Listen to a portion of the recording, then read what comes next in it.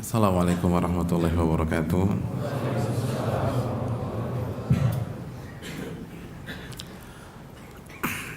Alhamdulillahirabbil alamin. Wa bihi nasta'in ala umuri dunya waddin. Wassalatu wassalamu ala asyrafil anbiya'ihi wal mursalin wa ala alihi wa sahbihi wa man sara ala nahjihi bi ihsanin ila yaumidin wa ba'd. Hadirin yang dirahmati oleh Allah Subhanahu wa taala, rekan-rekan, bapak-bapak, ibu-ibu yang saya muliakan, tidak ada kata yang pantas untuk kita ucapkan pada pagi hari ini kecuali kata demi kata yang kita bingkai dalam rangka bersyukur kepada Allah atas segala nikmat dan karunia yang Allah berikan kepada kita, sehingga kita bisa melangkahkan kaki kita mempelajari ilmu Allah, mengkaji firman-firman Allah dan tuntunan sunnah yang diajarkan oleh Nabi besar Nabi Muhammad SAW. Hadirin yang dirahmati oleh Allah Subhanahu wa taala, dengan kita membuka majelis ini menggunakan rasa syukur kita kepada Allah, kita berharap agar Allah menambah kenikmatan yang Allah berikan kepada kita, karena Allah menjanjikan la in syakartum la azidannakum, jika kalian bersyukur aku tambah tuh nikmat tersebut. Maka marilah kita bersyukur kepada Allah Subhanahu wa taala. Hadirin yang dirahmati oleh Allah Subhanahu wa taala, selanjutnya salawat dan salam semoga selalu tercurahkan kepada qudwah kita, uswah hasanah kita, Nabi besar Nabi Muhammad sallallahu alaihi wasallam beserta para keluarga, ahlil bait, sahabat, dan orang-orang yang istiqomah berjalan di bawah naungan sunnah beliau sampai hari kiamat kelak. Hadirin yang dimuliakan oleh Allah,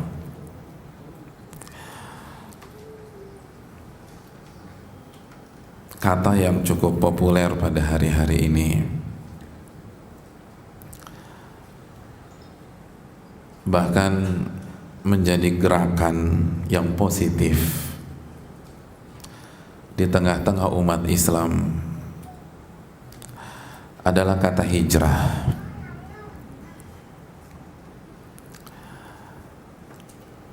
Kalau mungkin 10 tahun yang lalu, atau enggak 10 tahun kali ya, 5 tahun yang lalu ke belakang, kata ini kalah populer dengan kata taubat.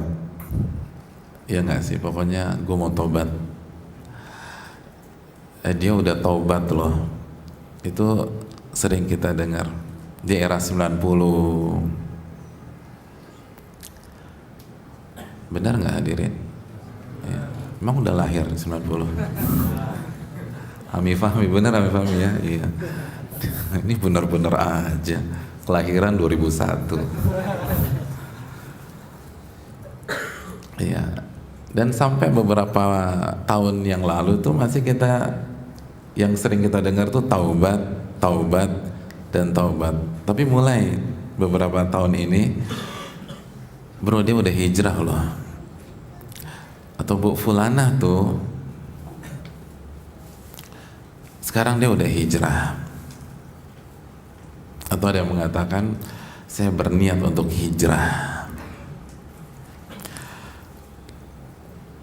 Hadirin yang dirahmati oleh Allah Subhanahu wa taala, dan gak ada yang salah dengan fenomena ini. Sebagaimana taubat adalah kata yang dipopulerkan oleh Allah Subhanahu wa taala dan Rasulnya dalam Al-Quran dan As-Sunnah Nabi SAW, begitu juga dengan hijrah. Hijrah pun sebuah kata yang dipopulerkan oleh Allah Subhanahu wa taala dan Nabinya Sallallahu alaihi wasallam.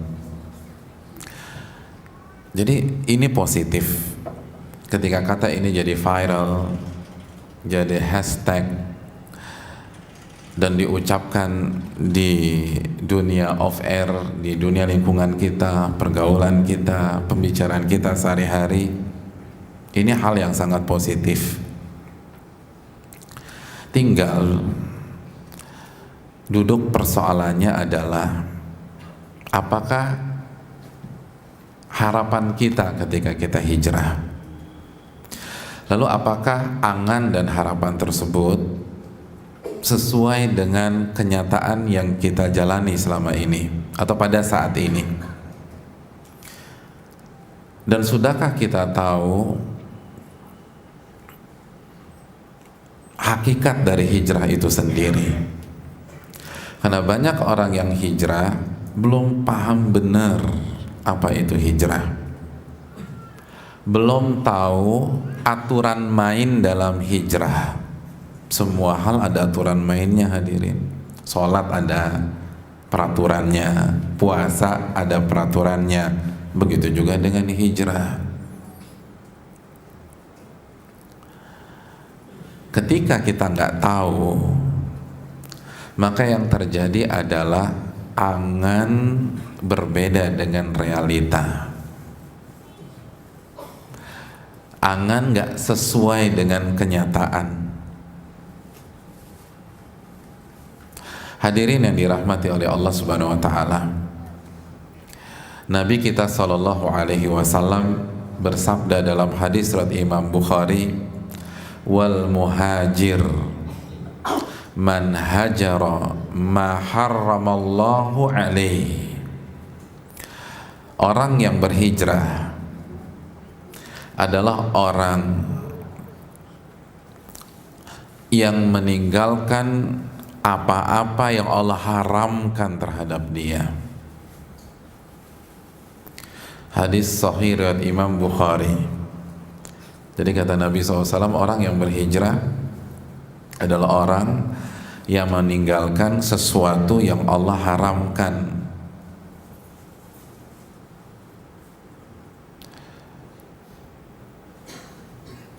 Itu hijrah. Langsung dari lisan Nabi kita Shallallahu Alaihi Wasallam. Dan sampai di sini mayoritas sudah tahu. Makanya ketika seorang wanita mendeklar saya hijrah, dia menutup auratnya. Kenapa? Karena dia tahu mengumbar, membuka aurat di hadapan yang non mahram itu haram. Maka ketika dia hijrah, dia berhijab. Jadi itu fenomena yang kita lihat. Banyak orang berhijrah keluar dari pekerjaannya. Kenapa? Satu bilang riba, yang lain bilang ada gorornya, ada unsur penipuannya Ustadz. Emangnya kenapa? Riba dan goror itu haram. Jadi dia keluar tuh karena dia berhijrah. Hadirin yang dirahmati oleh Allah Subhanahu wa taala, oleh karena itu tadi kita sampaikan sampai titik sabda Nabi di atas, insya Allah sudah banyak yang paham. Nah, ketika dia mulai meninggalkan yang haram, dia tinggalkan yang haram dan konsekuensinya.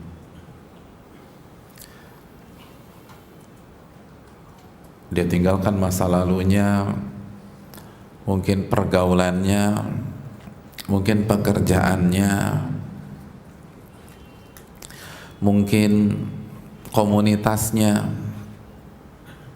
hobinya, mungkin lifestyle, habit, dan lain-lain. Dia punya angan hadirin, dia punya harapan.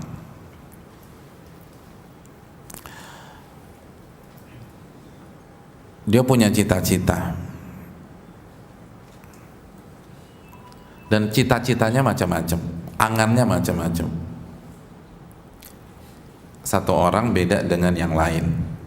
Kalau saya tanya antum ketika hijrah apa angan-angan atau apa cita-cita antum?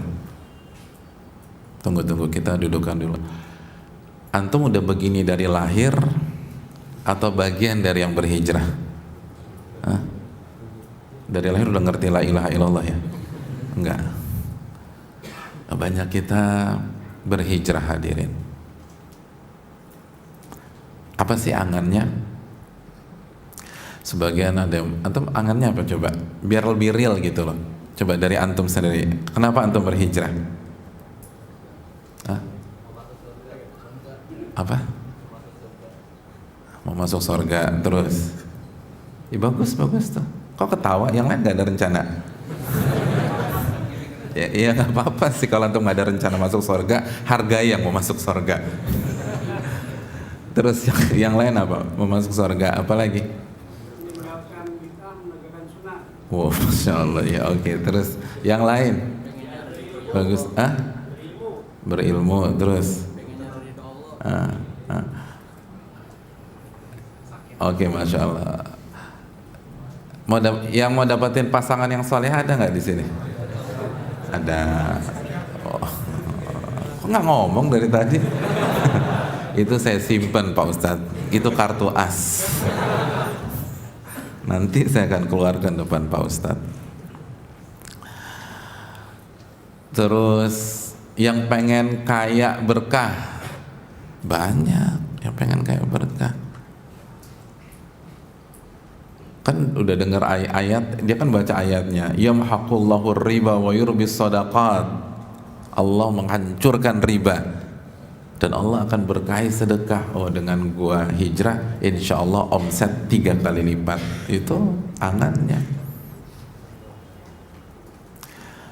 Bahagia. Oh, pokoknya kayaknya hijrah tuh menyenangkan deh. Saya ngeliat wajah ustadz kayaknya nggak punya masalah semua, bisa aja gitu ya. Iya, ada tuh begitu tuh. Kayaknya asik nih orang yang hijrah nih. Terus apa lagi? Diterima oleh komunitas barunya. Antum berharap itu nggak sih kalau berhijrah? Antum punya teman yang soleh, yang soleha. Kita diterima. Kalau dulu ngelihat orang yang berpenampilan islami dari sudut pandang helikopter view, kayaknya asik tuh jadi teman-teman kita tuh. Kan mereka udah ngerti gibah tuh nggak boleh. Mereka tahu bahwa fitnah itu haram. Mereka udah ngaji bahwa menjaga perasaan sesama itu wajib. Pokoknya gue mau hijrah, karena gue bete di sini. Diomongin, dibully, difitnah, dan lain-lain. Hadirin yang dirahmati oleh Allah. Tapi pertanyaannya, begitu kita hijrah, kira-kira nih, dari angan, dari harapan, dari ekspektasi di atas, itu semuanya jadi kenyataan apa enggak?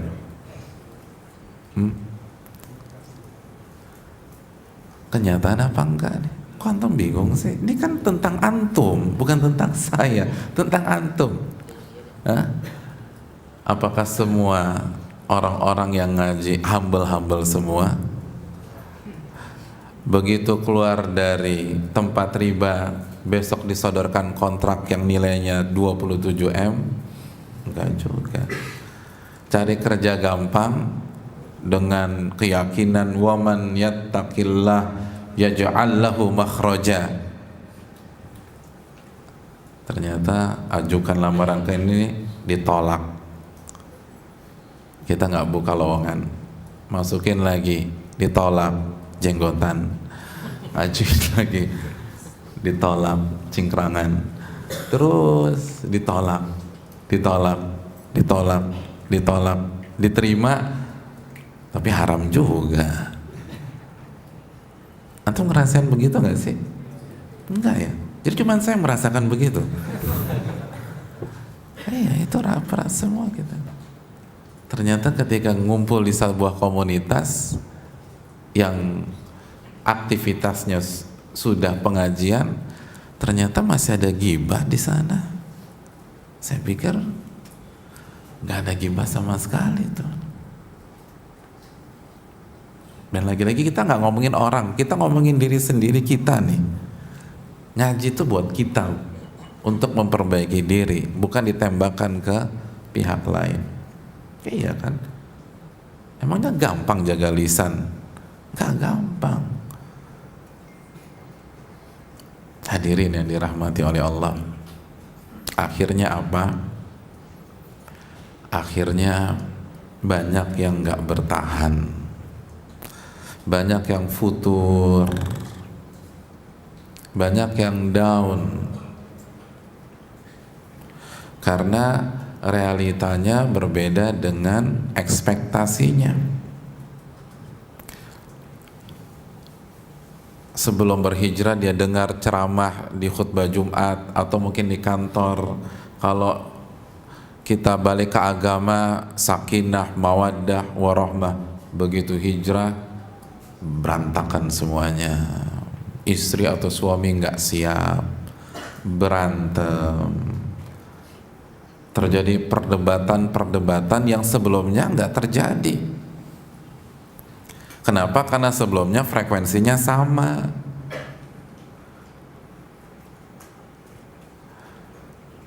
Begitu sudah hijrah, frekuensinya beda. Akhirnya yang dulu nggak pernah berdebat jadi berdebat. Yang dulu nggak pernah suara tinggi karena punya hobi yang sama dan sama-sama haram, sekarang berantem. Dan akhirnya divorce, akhirnya bercerai. Iya nggak sih hadirin? Iya sih. Dari tadi udah banyak yang ngangguk-ngangguk sih, dari tadi saya bilang ini gue banget nih, ini gue lagi, ini gue lagi. Hadirin yang dirahmati oleh Allah Subhanahu wa Ta'ala,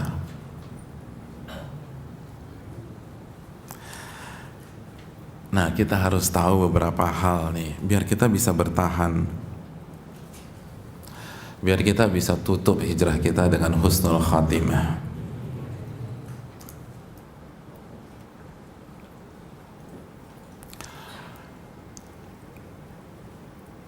Hal yang pertama yang harus kita ketahui dalam hijrah, bahwa Allah berfirman dalam surat Al-Mu'minun ayat 30, wa in kunna lamubtalin. Allah berfirman, kami pasti akan menguji Anda. Benar enggak tuh? Kami pasti akan menguji Anda. Diuji sama Allah. Hadirin, di dunia bisnis, di dunia pergaulan, di dunia politik, kita aja terima sebuah quote, tidak ada makan siang gratis. Nggak ada tuh makan siang gratis. Nggak ada. Nah, mungkinkah husnul khotimah gratisan? Nggak mungkin.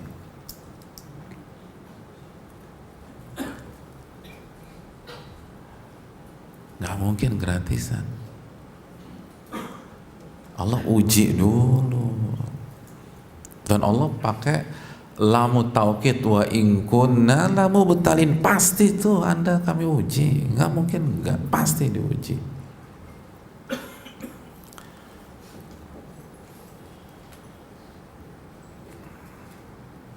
Hadirin, makanya ketika Allah berbicara tentang hijrah, itu konteksnya nggak ada yang santai-santai. nggak ada yang dibayar cash di H+1. Contoh, antum buka di akhir surat Ali Imran 195, falladzina hajaru wa ukhriju min diyarihim wa udhu fi sabili wa qatalu wa qutilu, baru tuh la ukaffiranna anhum sayyiatihim wa la udkhilannahum jannatin tajri min tahtihal anhar thawaba min indillah wallahu indahu penghafal Ali Imran, husnul thawab. Apa tuh artinya hadirin? Ini bicara tentang hijrah nih. Maka orang-orang yang berhijrah berhenti langsung dapat pahala? Enggak. Kita langsung loncat aja Pak Ustadz. Wal falladzina hajaru thawaban min indillah. Enggak. Atau la ukaffiranna anhum sayyiatihim. Jadi orang-orang yang meninggalkan sesuatu yang haram karena Allah, apakah langsung? Enggak. Apa berikutnya?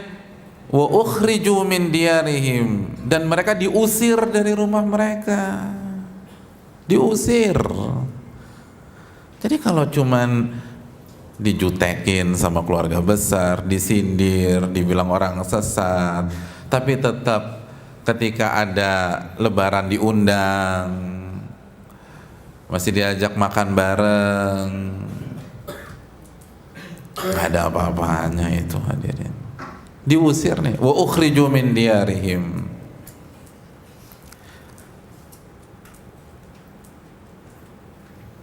Makanya nggak heran ketika kita berhijrah, mayoritas orang yang berhijrah akan mendapatkan kendala dari keluarga. Keluarga itu, benar nggak? Ini diusir dari rumah, diusir dari rumah. Ada masalah dengan suami, mungkin ada masalah sama istri, bingung ngadepin anak-anak. Kalau itu yang orang tua udah terlanjur membentuk anaknya dengan gaya non Islam, akhirnya pas begitu dapat hidayah usia 40 tahun, 45, 5 tahun, dia bingung sendiri ngadepin anaknya. Bingung tuh. Ya produk dia juga sih sebenarnya, tapi kan dia mau ke masjid, anaknya nggak mau. Anaknya datang ke masjid, gadget terus. Jadi nggak dengerin ustadz, udah sibuk main gadgetnya. Adapun yang muda-muda hijrah, bingung ngadepin orang tuanya, bingung ngajuin calonnya. Aduh, ditolak lagi nih Pak Ustadz. Papa nggak mau yang jenggotan, misalnya gitu. Papa nggak mau yang pecian. Yang rajin ke Masjid Abu Bakar enggak deh. Iya, itu kejadian loh, itu benar. Bingung dia. Kalau antum ikhwan masih mending, kalau akhwat akhirnya dicariin sama papa mamanya, kan setengah mati tuh perang batinnya. Dan itu yang Allah firmankan, orang-orang yang berhijrah terus diusir dari rumahnya. Diusir. Kenapa? Kan Allah katakan, wa in kunna lamubtalin, kita akan uji tuh hijrah benar enggak. Maka akan ada masalah hadirin. Akan ada konflik.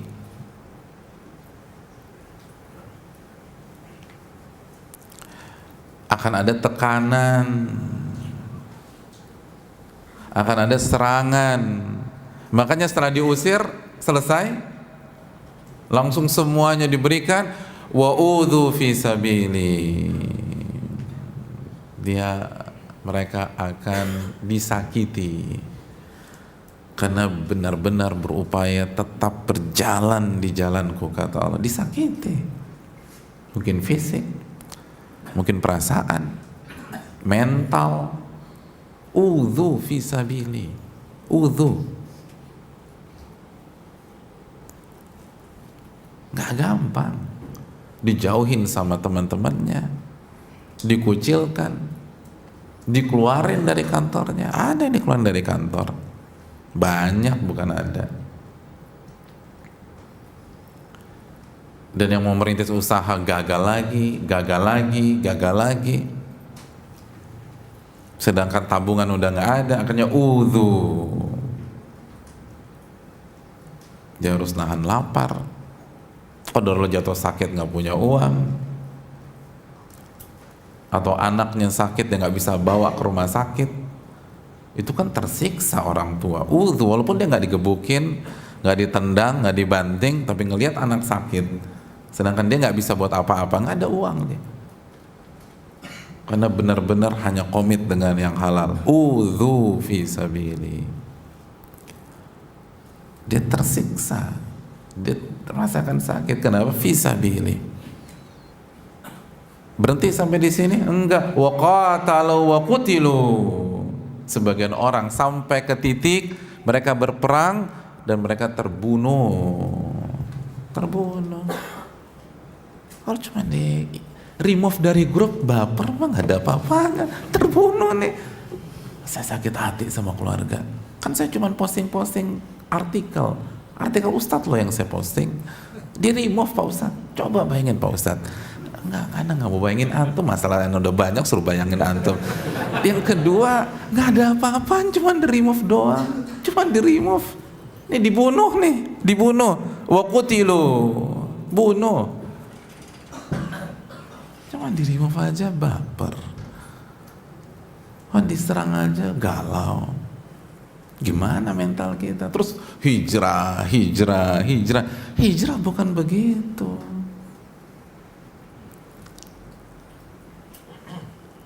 Baru ditolak 1 perusahaan, 2 perusahaan, 3 perusahaan, 4 perusahaan down.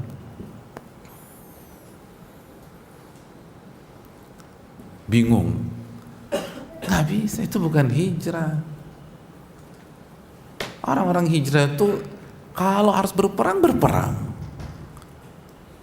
Tentu saja dengan kaidah yang benar, rambu-rambu syar'i, bukan yang tanpa kaidah sebagaimana banyak yang kita lihat pada saat ini. Semoga Allah memberikan hidayah kepada kita dan mereka semua. Jadi hadirin yang dirahmati oleh Allah, terbunuh aja siap tuh orang yang terbunuh asal di jalan Allah. Jadi yang lain mah gampang. Jadi kalau terbunuh siap, diceraiin siap, atau harus bercerai siap, tapi jelas rambu-rambunya. Jadi kalau cuma di ultimatum suami, digertak sama istri, apalagi digertak sama istri, lalu nggak datang ke kajian hari Ahad, hari Sabtu, biasa Pak Ustadz istri, ya nggak bisa. Hijrah itu memang berat.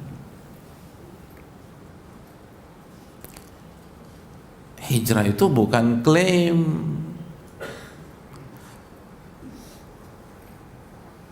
Hijrah itu bukan personal picture, bukan quote-quote indah. Hijrah itu berat, nggak mudah. Baru setelah itu la ukaffiranna anhum sayyiatihim, baru kita ampuni dosa-dosa mereka. Pasti itu Allah ampuni dosa-dosanya. Lalu kita masukkan ke surga. Tadi kan mau masuk surga, ini nih masuk surga. Thawaban min indillah, pemberian gift langsung dari Allah Subhanahu wa taala. Dan hanya Allah yang bisa kasih ganjaran yang terbaik buat kita.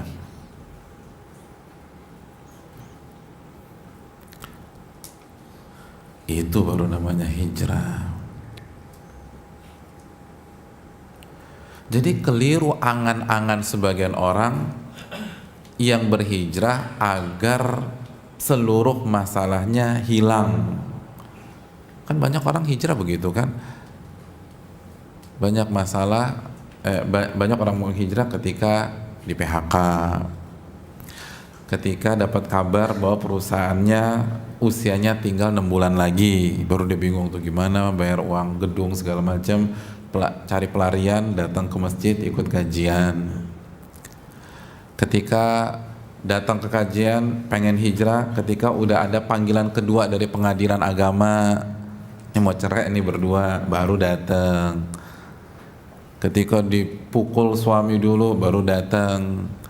Ketika suami nikah siri baru datang ke pengajian. Kalau enggak udah lupa.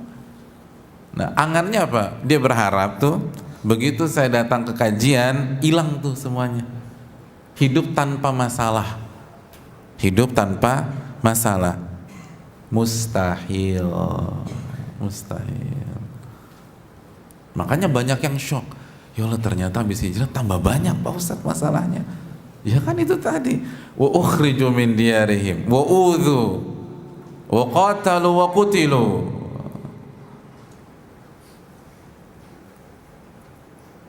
Banyak masalahnya. Jadi wajah-wajah yang udah lama kajian atau ustadz-ustadznya itu kan kayaknya tenang-tenang, banyak masalah tuh, jangan salah. Banyak masalah. Semua kita banyak masalah. Kan Nabi katakan dalam hadis Tirmidzi, ketika Nabi buat menggambar kotak seperti ini, lalu beliau buat garis-garis. Lalu beliau bilang apa? Garis itu masalah, lalu pindah ke masalah lagi, pindah ke masalah lagi, pindah ke masalah lagi, pindah ke masalah, dan nanti anti klimaksnya masalah yang bernama kematian. Itu hidup. Tapi bedanya setelah kita hijrah, masalah itu jelas ujian. Ujian tuh. Bener nggak nih? Bener ori atau KW? Itu. Benar-benar karena Allah atau karena manusia?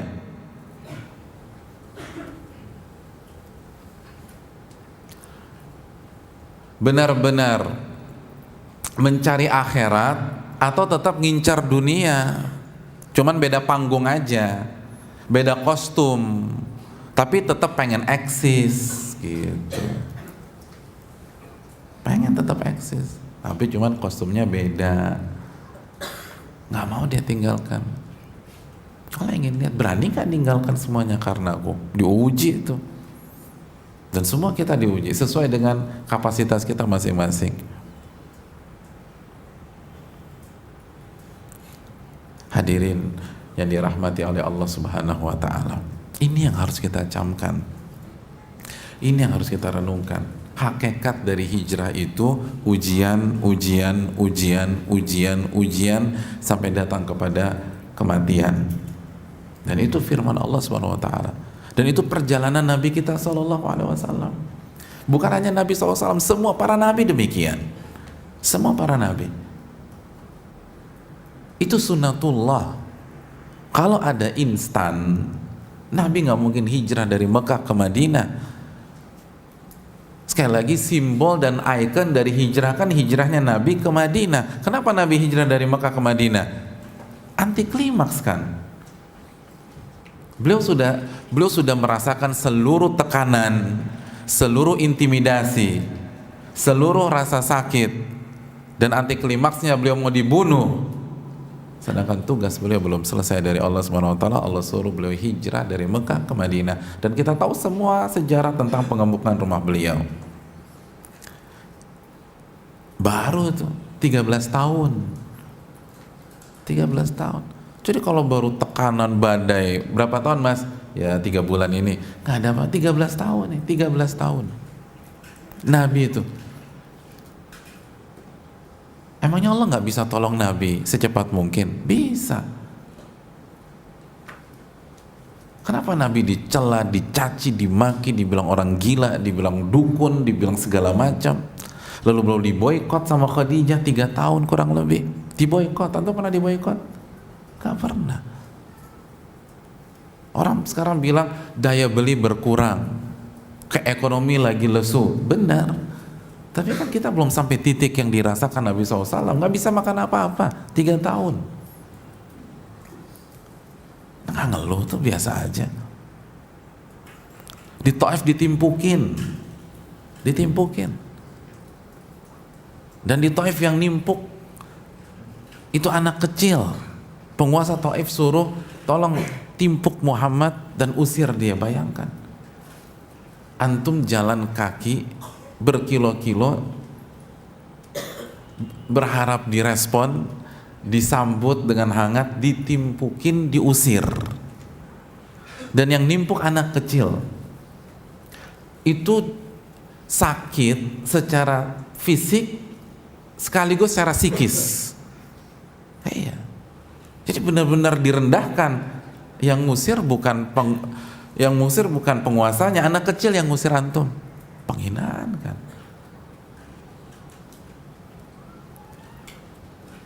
Antum landing di John F. Kennedy Airport. Begitu menginjakan kaki di sana, antum diusir. Tapi yang ngusir antum langsung tramnya yang ngusir. Kira-kira pulang ke sini malu tutup muka atau bangga? Bangga, gile. Tram ngusir gue loh, dia langsung datang loh. Hebat, berarti gue nih tinggi nih. Senang kita justru. Bangga tuh. Diwawancara, kok bisa sih yang ngusir anda langsung tram? Nabi enggak, anak kecil yang ngusir. Tina. Tapi enggak baper, enggak down, enggak jatuh, bangkit lagi. Bahkan ketika ditawarin oleh malaikat Ash-Shabain untuk meluluh lantakkan Taif, Nabi bilang enggak, saya masih berharap dari tulang sulbi mereka ada generasi yang hanya beribadah kepada Allah Subhanahu wa taala. Subhanallah.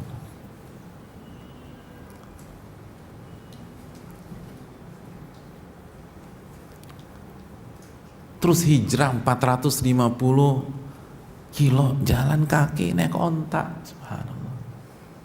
Hadirin, apa susahnya Allah mengutus malaikat untuk jadi security Nabi SAW. Pas Prambi misalnya, pasukan pengaman Nabi, kan bisa aman tuh, nggak ada yang berani. Sholat aja kemarin tertib, apalagi Mekah aman, gampang kan, orang tinggal bilang kun fayakun. Apa susahnya? Apa susahnya ketika Nabi dan Abu Bakar hijrah, Allah utus malaikat untuk jadi forwarders, kan gampang. Tapi bukan begitu aturan mainnya. Allah berfirman dalam surat Muhammad ayat 4, walau yasha'allahu intasara minhum walakin liyabluwa ba'dakum min ba'd.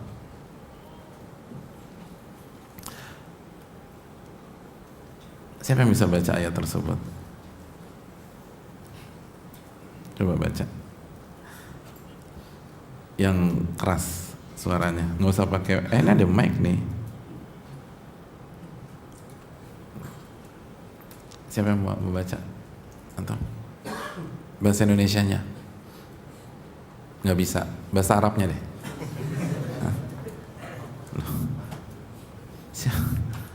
Ini bahasa Indonesia. Siapa yang bisa baca? Oke, antum baca.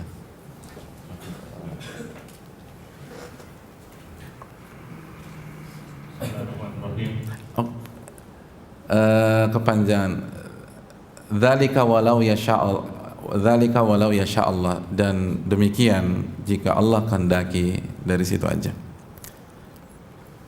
Demikianlah, dan sekiranya Allah menghendaki, niscaya Dia membinasakan mereka, tetapi Dia hendak menguji kami satu sama lain. Dan orang-orang yang gugur di jalan Allah, Allah tidak menyia-nyiakan amal mereka. Iya, Allah dzalika walau yasha Allah lantasara minhum. Kalau Allah mau, dalam detik pertama juga Allah menangkan Anda dari mereka, dan mereka Allah hancurin, gampang. Apa susahnya? Antum berpegang teguh di atas akidah yang benar, tauhid, tuntunan Nabi SAW. Lalu ada orang yang nyinyir, antum dibully segala macam. Apa susahnya Allah kutuk mereka? Gampang. Allah buat mereka jadi kodok, kan gampang. Jadi jumlah kodok banyak di Jakarta. Apa susahnya? Bisa. Allah kasih petir, selesai masalah. Allah azab, Allah tenggelamkan, nggak ada susahnya. Kalau Allah mau bisa. Tapi bukan begitu aturan, walakin liyabluwa ba'dakum bi ba'd. Tapi Allah ingin menguji kalian melalui mereka. Itu intinya. Jadi ketika kita hijrah ada kendala di keluarga, Allah mau menguji Anda melalui istri Anda. Allah ingin menguji Anda melalui suami Anda. Allah mau menguji Anda melalui anak-anak Anda. Kita dapat atasan yang benci banget dengan perubahan kita. Ingat nih ayat, Allah ingin menguji kita melalui atasan kita. Itu polanya. Itu hijrah. Semua tentang ujian, hadirin. Tentang ujian. Bukan tentang fasilitas.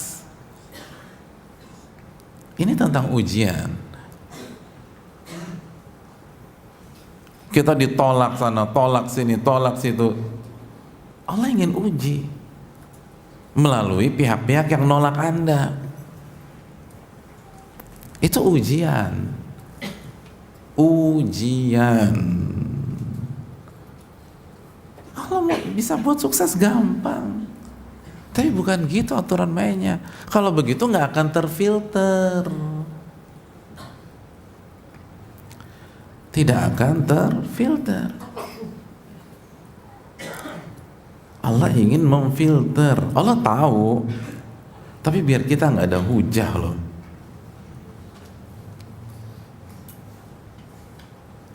Apa kata Allah Subhanahu wa taala dalam surat Muhammad? Lagi-lagi surat Muhammad.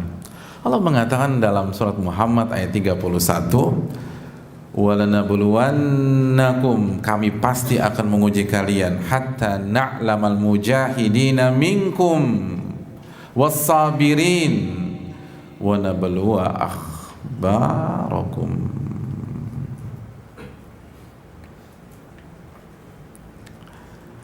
Hadirin yang dirahmati oleh Allah, Allah katakan kami pasti menguji kalian.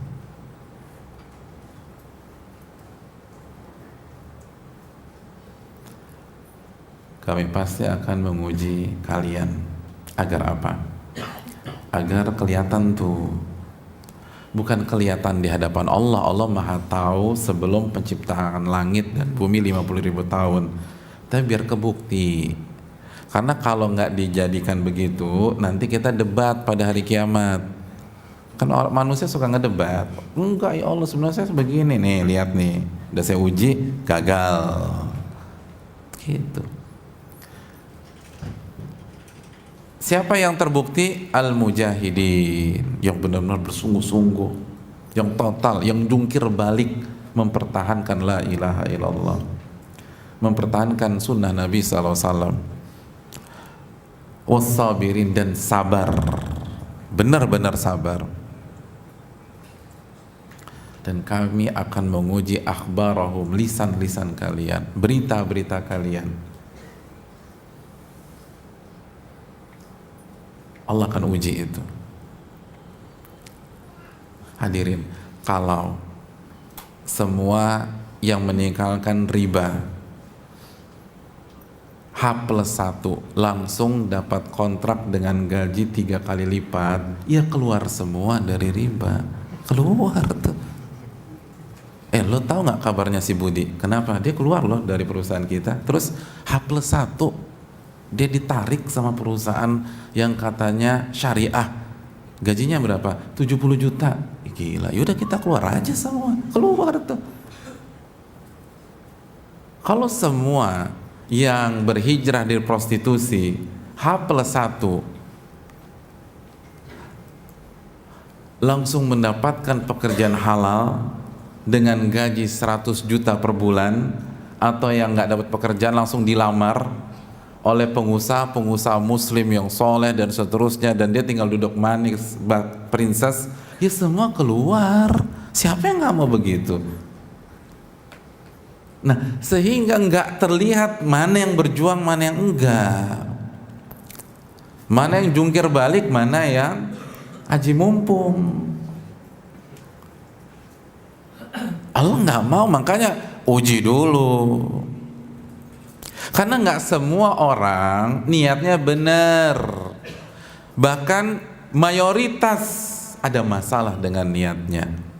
Allah berfirman dalam surat An-Nisa ya, ayat 66 kalau tidak salah, mohon dicek. Allah mengatakan walau anna katabna alaihim aniqtulu anfusakum aw ikhruju min diyarikum ma fa'aluhu illa qalilum minhum. Kalau kita perintahkan mereka membunuh diri mereka sendiri atau keluar dari rumah-rumah mereka, nggak ada yang mau kecuali sedikit dari mereka. Nggak ada yang mau. Oh, ini dalam loh hadirin. Ini ayat dalam. Dan jadilah yang sedikit tersebut. Allah katakan, kalau kami perintahkan mereka menghilangkan nyawa mereka sendiri atau keluar dari rumah mereka, nggak ada yang mau kecuali sedikit dari mereka. Ustaz, ya wajar lah kalau ada orang nggak mau membunuh dirinya sendiri. Wajar ada orang yang ketika diperintah nggak mau menghilangkan nyawanya sendiri. Hadirin, Ismail mau. Ismail mau. Dan kita tahu kisahnya. Inni ara fil manami anni athbahuka fanzur madza tara. Wahai anakku, saya bermimpi, dan mimpi setiap nabi adalah wahyu. Aku diperintahkan untuk menyembelihmu. Bagaimana menurutmu? Ya abati fa'al ma tu'mar. Wahai ayahanda, lakukan apa yang Allah perintahkan kepada dirimu. Satajiduni insyaallah minas sabirin. Ismail mau. Mau. Kalau kita jujur hijrah, mau kita. Dan Allah nggak minta itu kepada kita. Makanya kan Allah katakan, walau anna katabna, kalau kita minta begitu, baru kelihatan tuh. Baru kelihatan mana yang benar-benar cari akhirat, mana yang cari dunia. Mana yang masih berharap eksis, mana yang udah nggak mikirin segalanya, yang penting cari ridho Allah Subhanahu wa taala.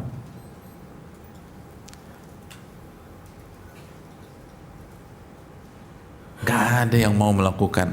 Begitu disodorkan, nih ujiannya, enggak deh, gue mundur nih, gue gak jadi hijrah. Illa qalilum minhum, kecuali yang sedikit aja dari mereka. Allah ingin yang sedikit itu, hadirin. Dan kalau gak ada ujian, gak akan terbukti mana yang sedikit. Kalau semuanya santai, semuanya hiburan, semuanya gelak tawa, semuanya main-main, mana terbukti yang sedikit? Wa qalilum minhum.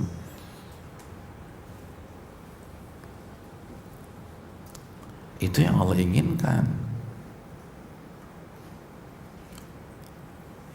Makanya jalan hijrah ini harus kita paham. Ini semua tentang ujian. Ujian loyalitas kepada Allah, ujian keikhlasan kepada Allah, ujian orientasi akhirat,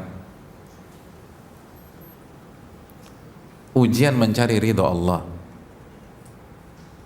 ujian komitmen. Semua ini ujian. Karena dunia adalah kampungnya ujian. Dunia bukan tempat reward and punishment buat orang mukmin. Dunia itu amal. Sebagaimana kata Ali bin Abi Thalib, sekarang amal tanpa hisab, nanti di akhirat hisab tanpa amal.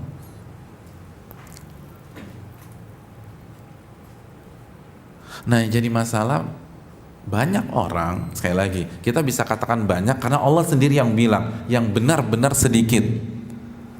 Banyak orang itu tadi setengah-setengah.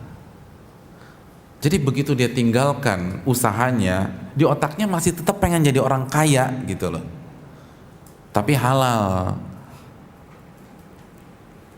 Jadi ambisinya boleh punya ambisi itu, tapi jangan dijadikan puncak dari segala ambisi kita. Makanya begitu nggak kaya-kaya justru jatuh aman, dia down. Coba kalau orang yang ikhlas dalam hijrah, Anda hijrah apa? Mencari ridho Allah. Ya udah, Allah ridho sama orang yang nggak punya duit terus dia sabar. Begitu Anda nggak punya duit, Anda sabar, goal Anda kan tercapai. Kok Anda stres? Kok Anda bingung? Wong goalnya Anda tercapai, tujuan Anda dapat kok. Kenapa Anda masih ngeluh? Kenapa futur? Kenapa down ketika di PHK?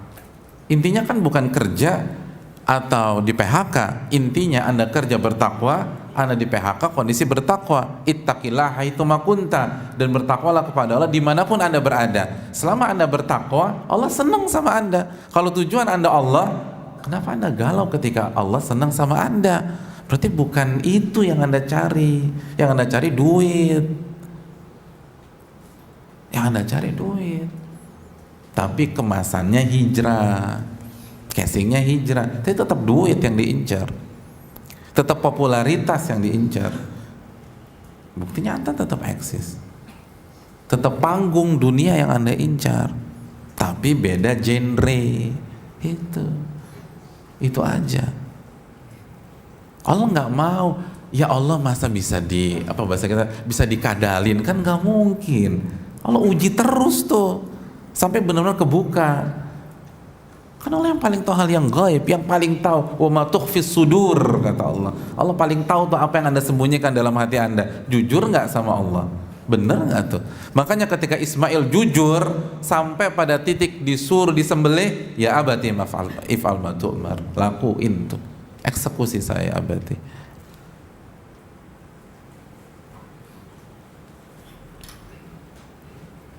Ketika para sahabat jujur, mau tuh dampingin Nabi SAW menghadapi orang-orang kafir.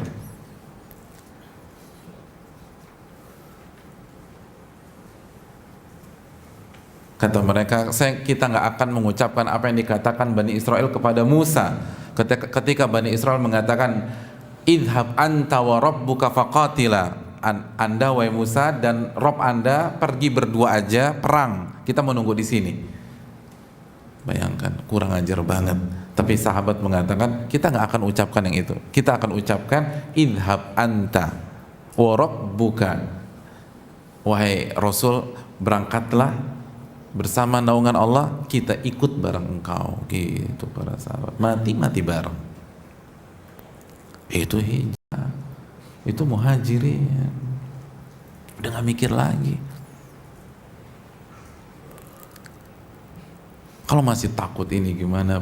Emang sengaja, itu yang dikulik gitu loh. Ujian itu tuh untuk ngebuktiin itu. Kalau kita masih ketakutan, masih galau, masih baper, berarti Anda masih cari ini dong. Anda masih cari pujian manusia. Anda masih cari eksistensi di hadapan manusia. Anda masih cari panggung di hadapan manusia. Anda tetap ingin eksis di hadapan manusia. Anda ingin dikatakan kaya oleh manusia. Nggak bisa. Gak bisa. Makanya itu ayat udah tinggal nggak usah diotak-atik deh. Kita tanya aja, pulang dari sini kita tanya. Kalau Allah perintahkan kita dengan perintah surat An-Nisa 66, bisa nggak kita katakan sami'na wa ata'na? Itu udah paling puncak. Karena kalau orang sudah bisa itu, tidak ada hawa nafsu lagi di dalam dirinya. Arti dari hawa nafsu sebagaimana dijelaskan oleh banyak para ulama seperti Syekhul Islam Ibnul Jauzi dan lain-lain. Inti dari hawa nafsu adalah kecintaan seseorang terhadap dirinya sendiri. Dan yang paling berharga ketika kita bicara diri sendiri kan nyawa. Itu yang paling bahagia, itu yang paling berharga. Ketika Allah minta itu kita kasih, itu seluruh perintah gampang di hadapan kita. Gampang, segampang-gampangnya. Dan Allah nggak minta itu kepada kita. Itu hanya Allah hanya minta kepada Ismail. Itu aja nggak mati Ismail, nggak mati, happy ending. Coba kita, Ismail happy ending, nggak mati, nggak ada karangan bunga, nggak ada pemakaman, happy ending. Jadi ini menunjukkan ini semua hanya test the water, hadirin. Hanya ujian, hanya cek ombak. Jujur nggak sama Allah? Tulus nggak Anda? Ketika Anda berhijrah, meninggalkan yang haram. Karena kan meninggalkan yang haram baru bernilai ibadah kalau karena Allah. Adapun meninggalkan yang haram karena dunia kan gak dapat apa-apa. Dan banyak orang meninggalkan yang haram karena dunia. Kita nggak usah bicara hijrah. Banyak orang yang tidak seks bebas karena dunia, karena dia nggak mau AIDS, dia nggak mau kena sifilis, dia nggak mau kena raja singa. Dia nggak mau rumah tangganya divorce, nggak mau rumah tangganya hancur, bukan karena Allah, karena keluarga. Kan banyak. Allah pengen Anda tinggalkan yang haram itu karena saya, bukan karena yang lain. Untuk membuktikan harus diuji. Itu yang perlu kita camkan, hadirin yang dirahmati oleh Allah. Poin yang berikutnya,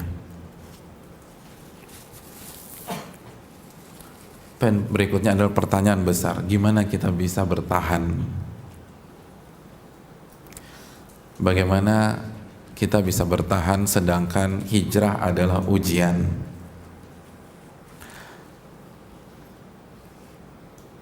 Hijrah adalah pengorbanan, hijrah pengusiran, hijrah rasa sakit, hijrah kita harus pertaruhkan semuanya. Hadirin yang dirahmati oleh Allah Subhanahu wa taala, gimana kita bisa bertahan ketika melihat realita hijrah seperti itu? Yang pertama hadirin yang dirahmati oleh Allah Subhanahu wa taala, ikhlas dan jujur kepada Allah Subhanahu wa taala.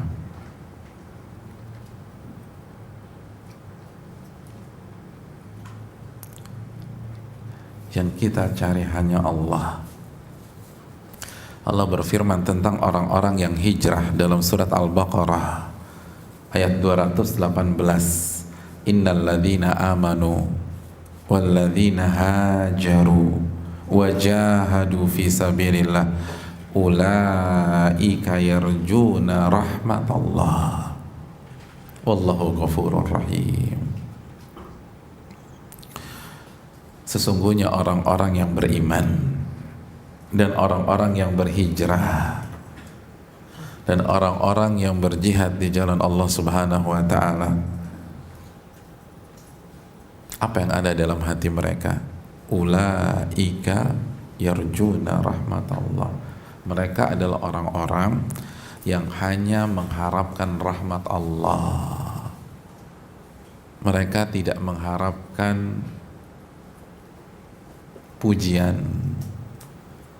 Mereka nggak peduli tentang eksistensi di masyarakat, di sosmed, di lingkungan kerja, di lingkungan kampus. Ingat, bukan tidak eksis, tapi bukan itu tujuan mereka. Bukan terkenal, tapi bukan keterkenalan yang menjadi tujuan dan ambisi mereka. Kalau terkenal, seluruh ulama juga terkenal. Imam Syafi'i terkenal, Imam Ahmad terkenal, Imam Malik terkenal, Imam Abu Hanifah terkenal, Sa'id bin Musayyib terkenal, sahabat terkenal, Abu Bakar terkenal. Padahal Abu Bakar berhijrah kepada Nabi SAW, tapi Abu Bakar nggak peduli jadi orang terkenal atau enggak. Di dalam hati Abu Bakar nggak ada ambisi untuk terkenal. Di dalam hati Umar nggak ada keinginan untuk eksis. Di dalam hati Khalid bin Walid nggak ada ambisi jadi panglima. Makanya hadirin, antum harus baca sirahnya Khalid bin Walid, hadirin. Itu dalam loh.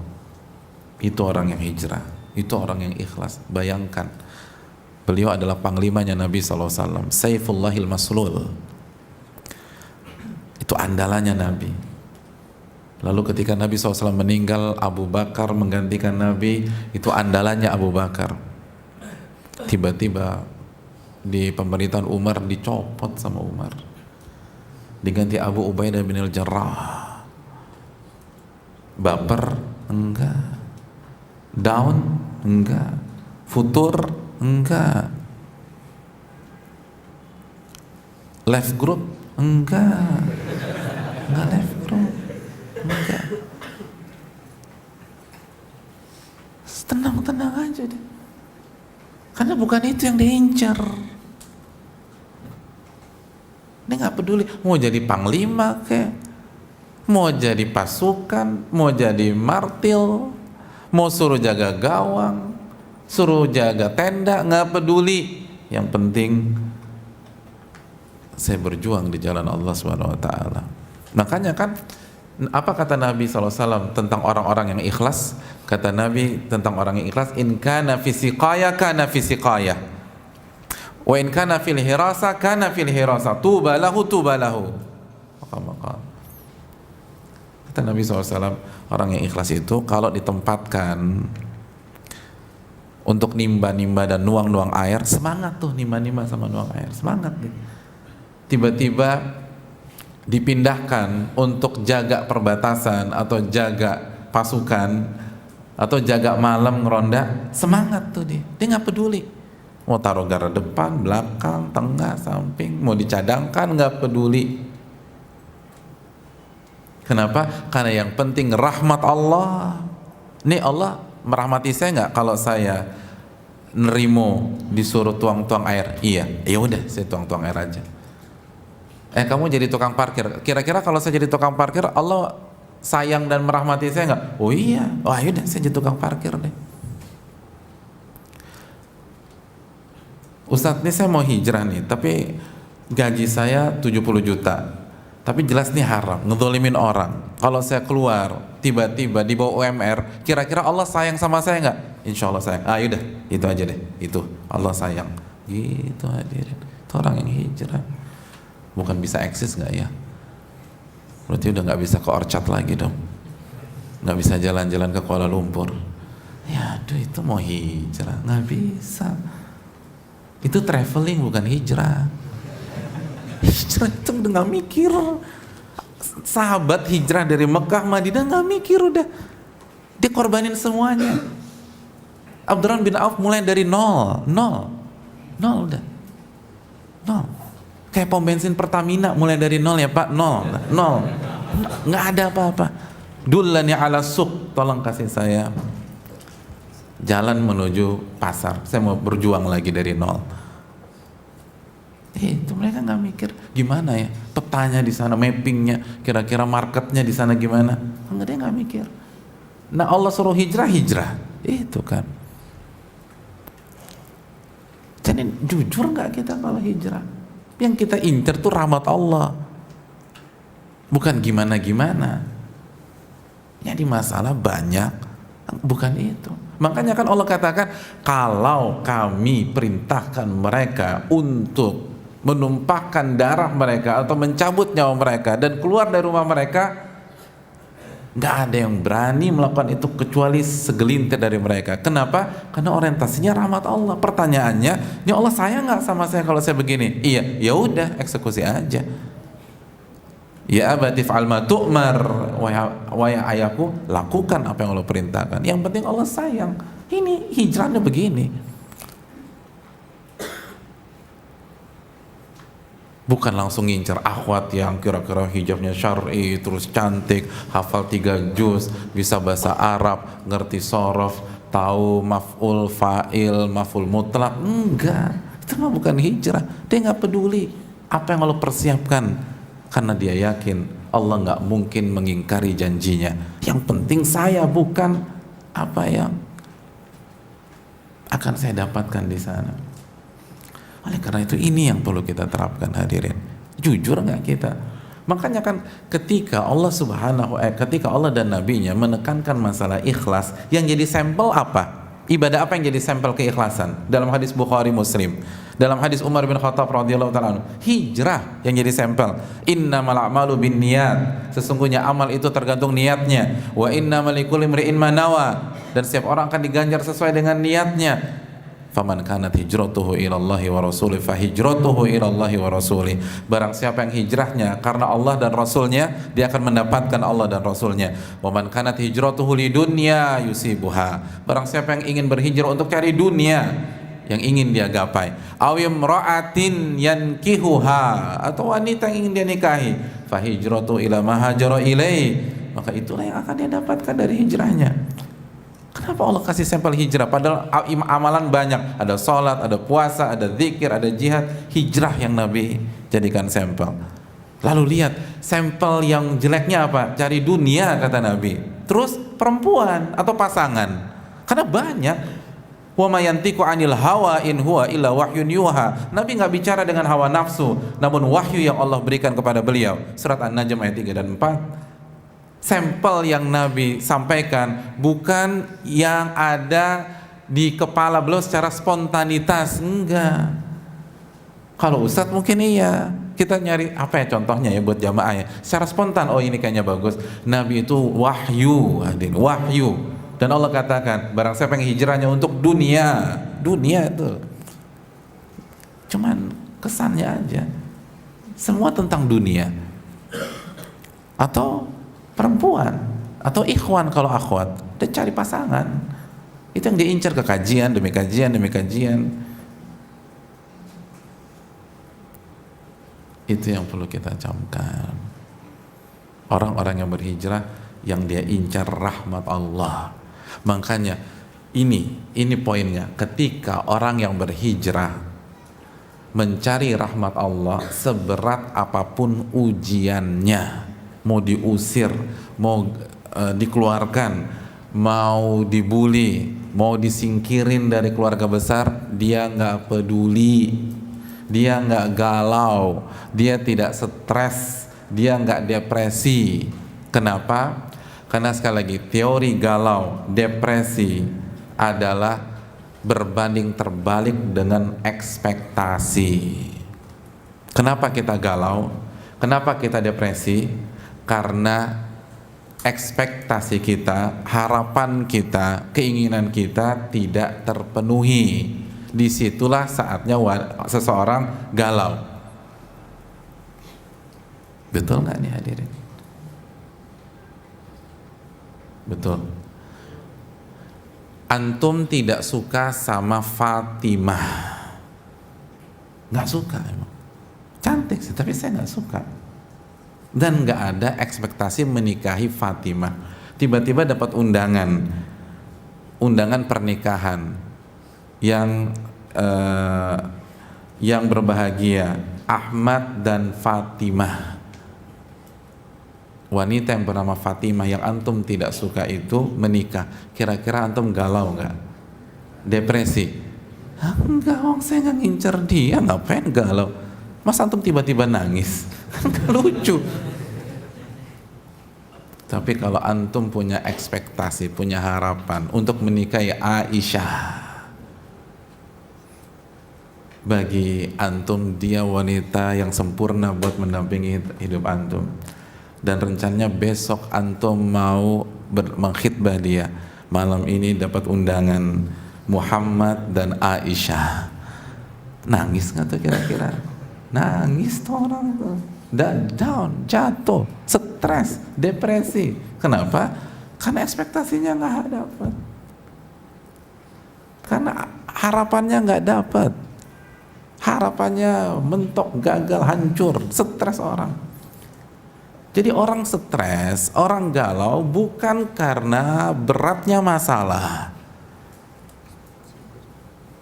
tetapi ekspektasinya nggak dapat. Nah sekarang pertanyaannya, mungkinkah orang galau dan stres kalau ekspektasi, harapan dan niatnya rahmat Allah? Nggak mungkin, nggak mungkin galau. Kenapa? Karena di kondisi apapun itu bisa dia lakukan. Dia kaya, bersyukur, dapat rahmat Allah. Dia miskin, sabar, dapat rahmat Allah. Dapat tuh. Terus buat apa lagi jalan? Buat apa lagi stres? Buat apa lagi depresi? Oh, dapat. Beda kalau kita cari dunia. Itu yang berat. Itu beda kalau kita harapkan pujian orang. Itu yang bikin hancur. Karena nggak mungkin semua manusia muji kita. Ridhon nas ghayatul la tudrak, kata Imam Syafi'i.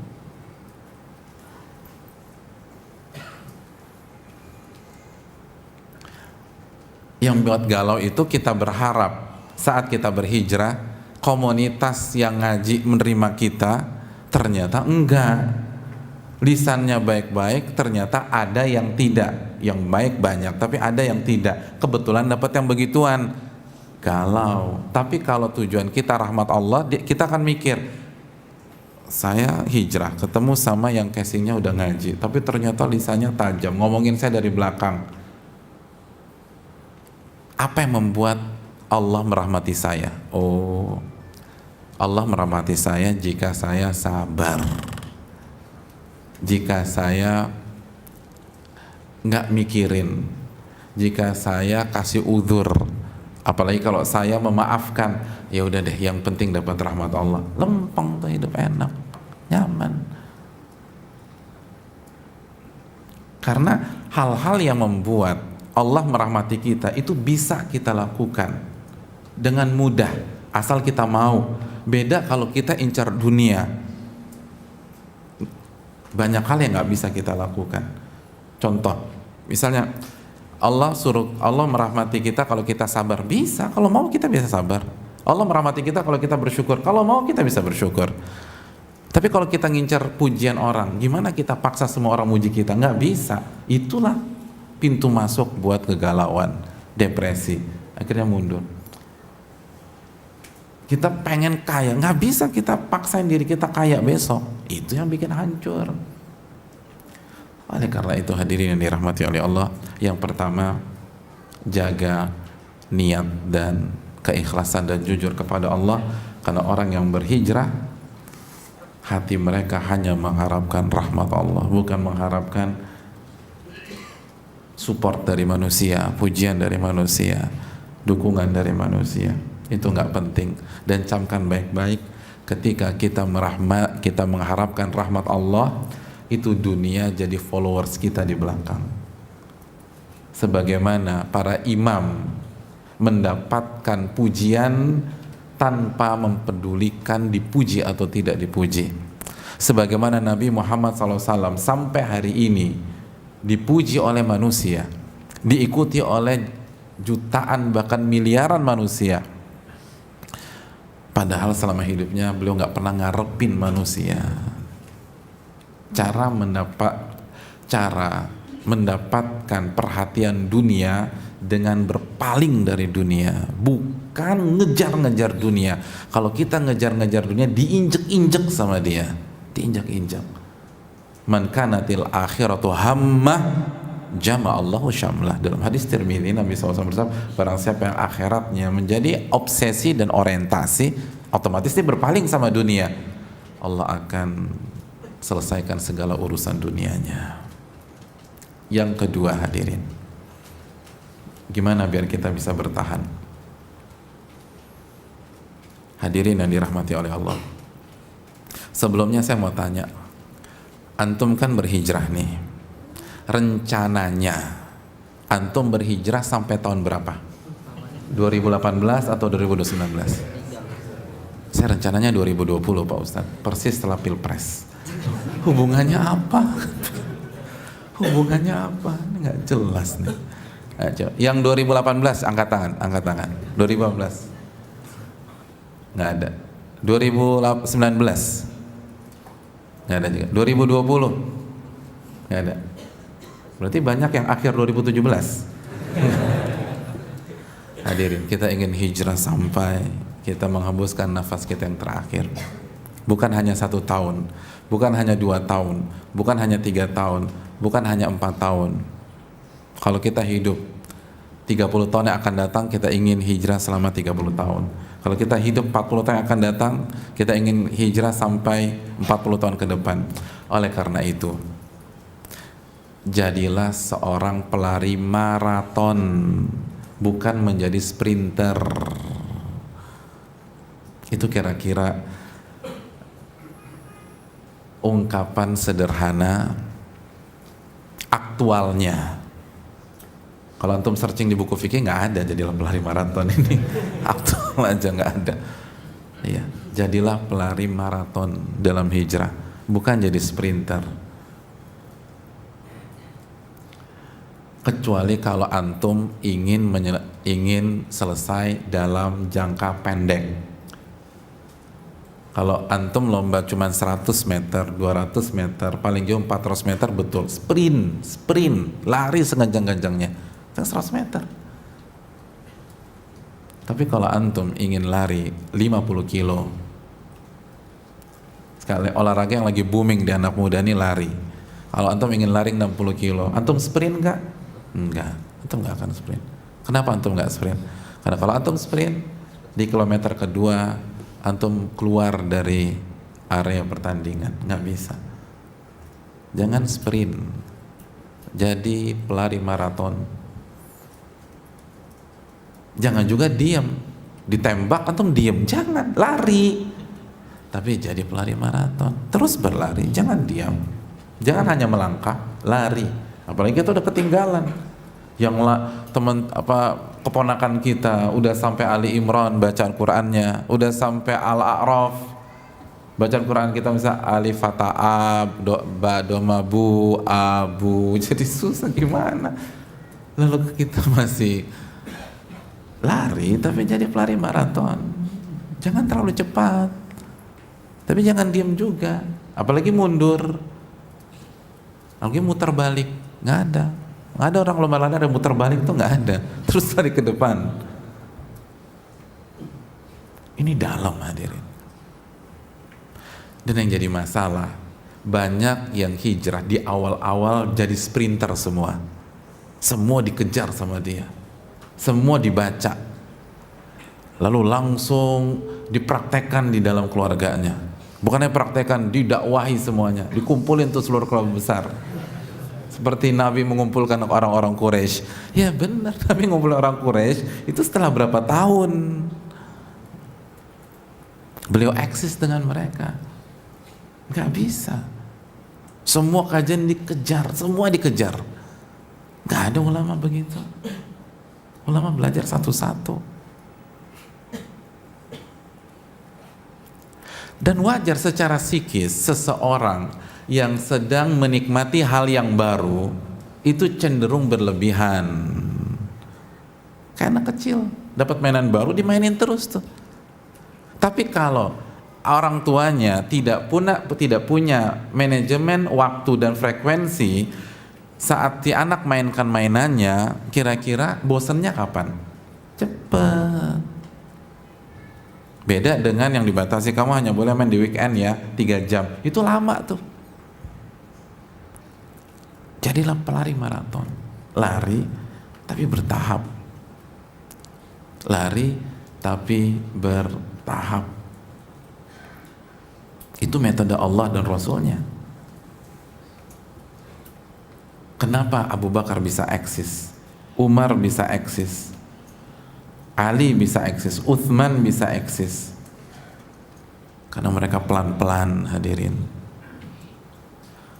Allah berfirman dalam surat Al-Isra ayat 106, wa Qur'anan faraqnahu litaqra'ahu 'alan nasi 'ala mukth wa nazzalnahu tanzila.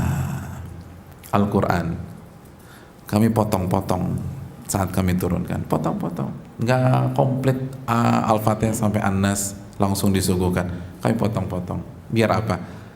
Litaqra'ahu 'alan nasi 'ala mukth, agar Anda wahai Muhammad menyampaikan kepada manusia sesaat demi sesaat, potongan demi potongan, pelan-pelan, pelan-pelan. Mukth, jeda dulu, lanjut lagi, jeda dulu, gak sprint, enggak.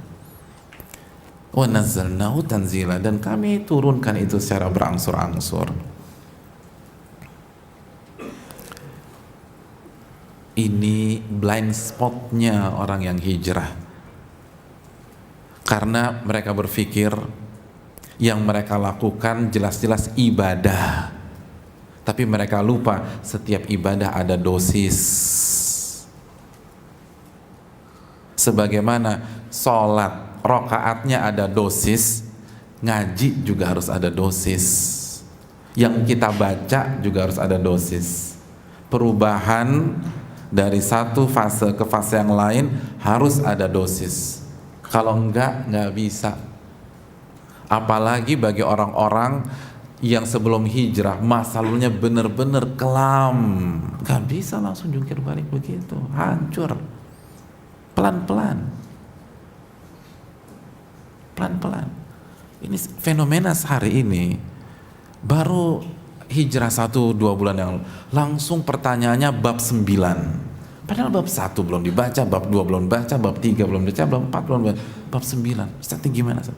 Ustaz, tolong yang tegas, Ustaz. Yang tegas aja. Gimana yang tegas? Umar minta Allah tegas aja dalam masalah khamar, Allah nggak tanggapi. Baru setelah perang Uhud Allah turunkan tuh surat Al-Maidah ayat 90. Innamal khamru wal maisiru wal ansabu wal azlamu rijsun min amali syaitan fajtanibu la'allakum tuflihun. Baru Allah haramkan. Umar minta dari dulu. Udah langsung, ini kayaknya nggak asik gitu ya. Kan nggak asik jenggotan itu mabok begitu-begitu kan. Ngeliatnya juga nih gimana sih? Coba tuh nggak cocok lah. Umar ya, dan secara fitrah kan emang khamar itu nggak cocok sama fitrah, jadi Umar udah gelisah, minta kapan nih tegas nih? Tegas. Tapi yang siap baru Umar, yang lain belum siap. Sebagaimana ucapan Aisyah radhiyallahu taala anha yang pertama dalam hadis Bukhari, Aisyah mengatakan yang pertama kali turun itu ayat-ayat tentang surga dan neraka, sampai manusia sudah mantap benar imannya, baru turun halal dan haram, baru turun hukum, baru turun halal dan haram.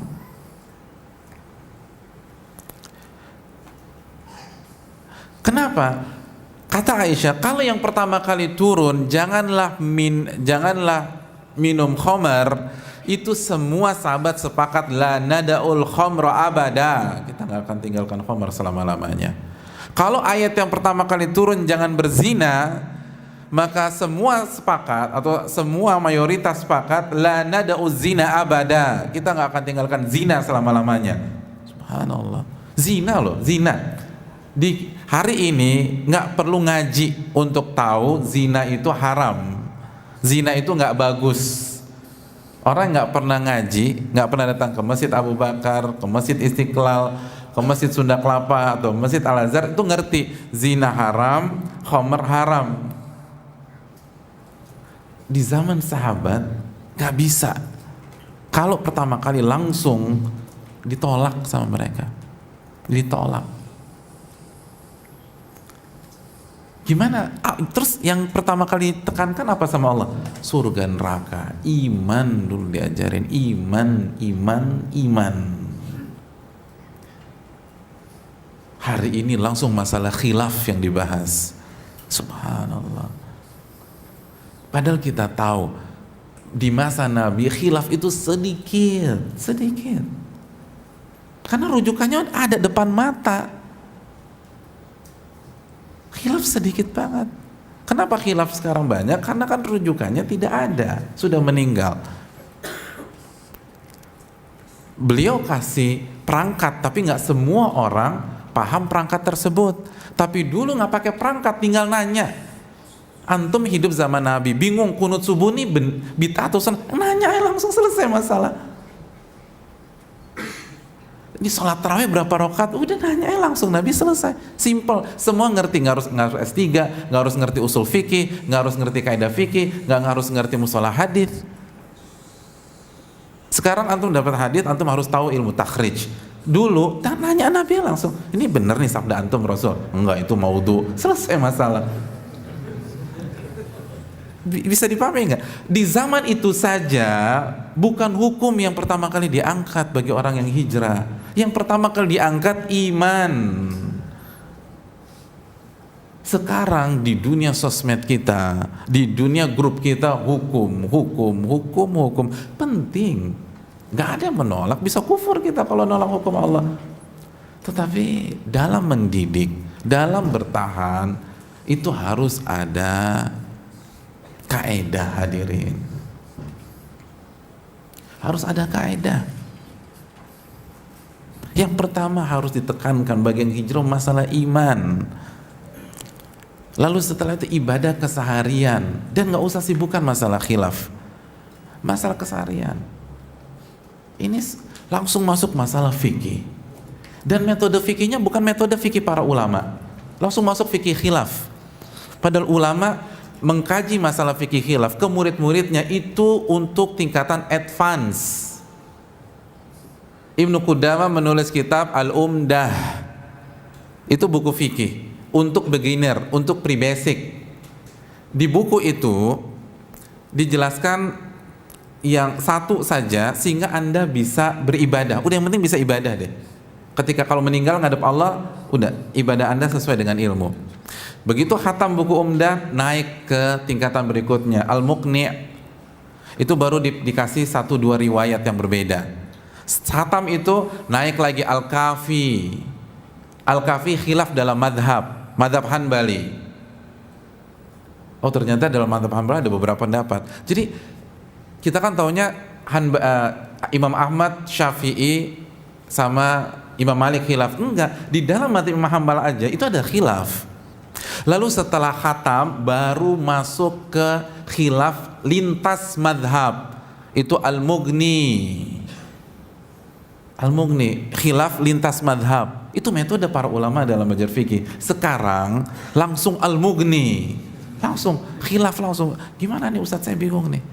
Nih Syafi'i bilang gini, Malik gini, ya udah antum langsung baca Al-Mughni aja udah. Gak bisa. Ulama sebelum masuk ke ranah begitu, itu basicnya 3 buku, ada yang 2 buku. Makanya mereka eksis. Mereka hijrahnya bertahan. Kita bingung gimana nih, katanya Islam 1. Enggak, karena banyak ilmu yang Anda dengar belum waktunya. Maka shock.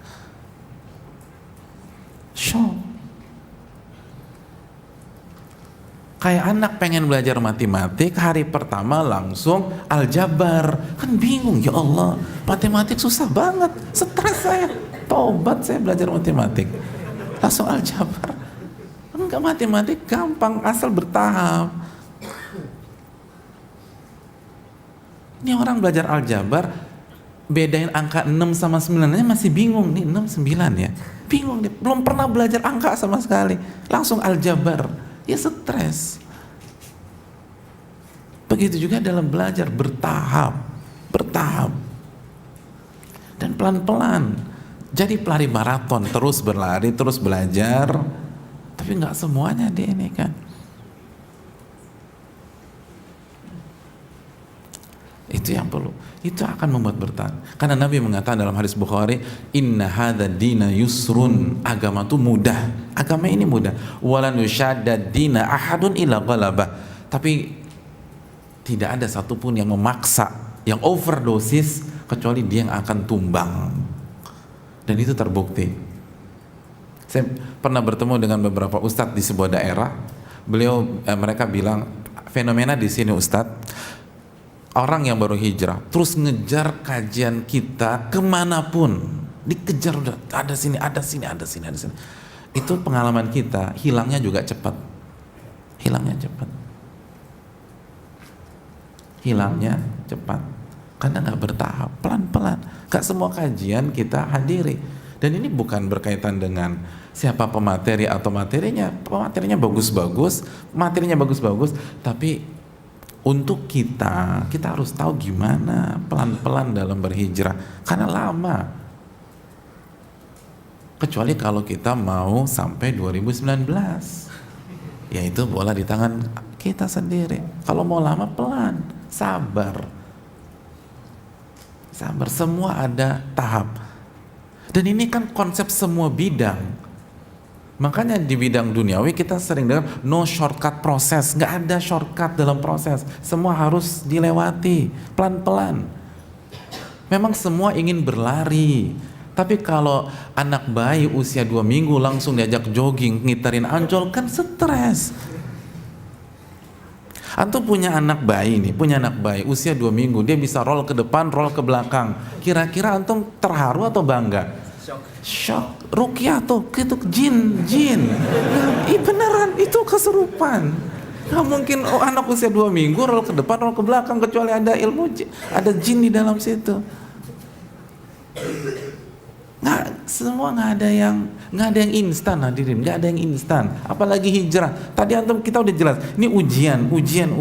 Kalau antum lahap semua, antum yang nggak kuat. Makanya sabda nabinya, illa ghalaba, anda yang nggak kuat, karena anda kebanyakan.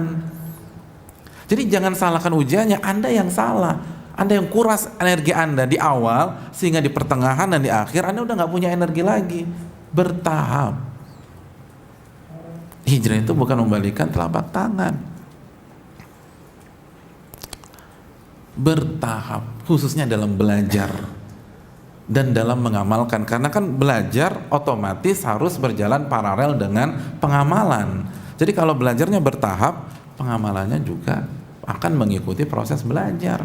Makanya ketika para ulama menjelaskan belajar yang bertahap, seperti yang dijelaskan Syekh Shalih Al-Syekh, mereka menggunakan hadis makana rifqu fi syai'in illa zanah, tidaklah kelemah lembutan itu berada dalam sebuah kondisi kecuali akan menghiasi kondisi tersebut.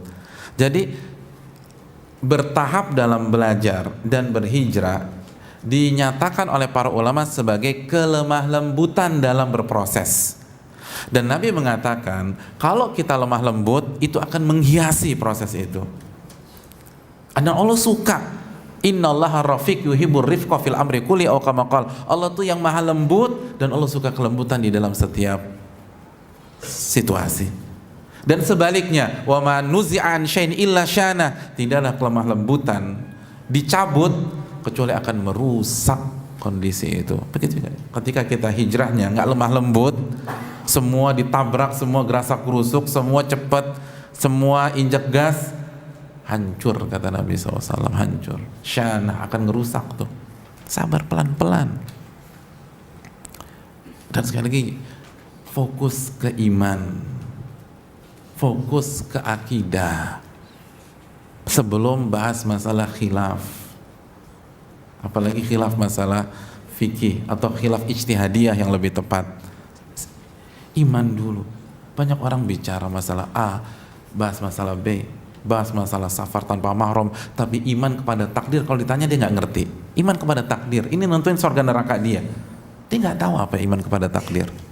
Dia nggak tahu 4 tingkatan iman kepada takdir. Ini dulu yang dipelajari. Nabi nggak pernah bahas masalah itu. Sebelum ini sudah rampung, ini sudah mantap. Dan kalau ini kuat hadirin, itu mau terima halal haram seribet apapun gampang. Sebagaimana Allah subhanahu wa ta'ala dan Rasulnya untuk membuat Madinah steril dari khamar hanya cukup 1 ayat 1 hari di Madinah. Steril. Semua yang punya stok khamar dia tumpahkan fi sukakil Madinah, ke jalan-jalan kota Madinah. Nggak ada yang membantah, nggak ada yang nolak, nggak ada yang komplain, nggak ada yang down, nggak ada yang galau. Minum khamar pada saat itu seperti minum teh atau kopi pada hari ini.